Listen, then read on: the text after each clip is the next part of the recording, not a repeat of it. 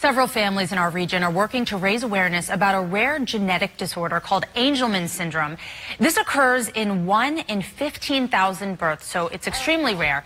Characteristics of the disorder include developmental delay, lack of speech, and even seizures.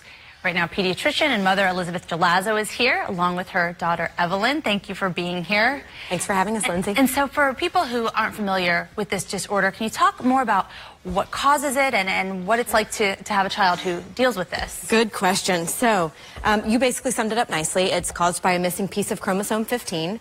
The children struggle significantly with balance and motor coordination, as well as profound communication difficulties.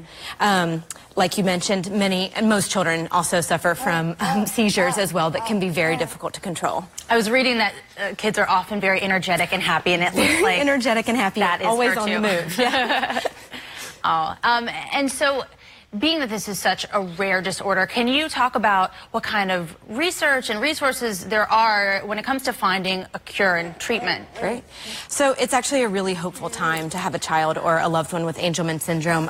We know the gene that causes Angelman syndrome, and many really smart researchers who are working on figuring out how to replace that gene. So there is research happening every day that's taking us closer and closer to a cure, and we believe strongly that there will be a cure in Evelyn's lifetime.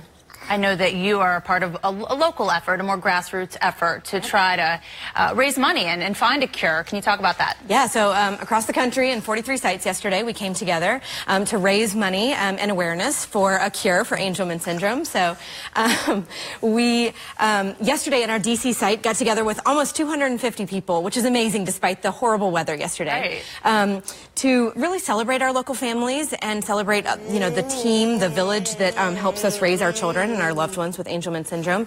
And we don't have our final numbers for yesterday yet, but we estimate that we raised almost $40,000 just in D.C. yesterday to come together with the rest of the nation for almost $1 million raised in our walk this year. How many other families do you know in our region who also have a child with this disorder? We have a great, really active local group of families, probably close to 20 families in the region with a loved one with Angelman syndrome, ranging from just diagnosed in the first year of life to 35, 40 years old. Wow. Yeah.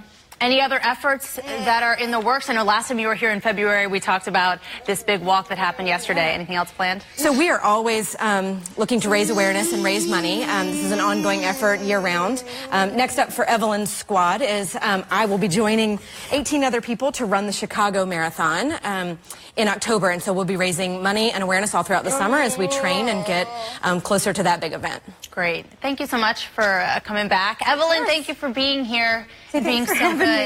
She's adorable. Yes. Thanks so again. Much. Marina.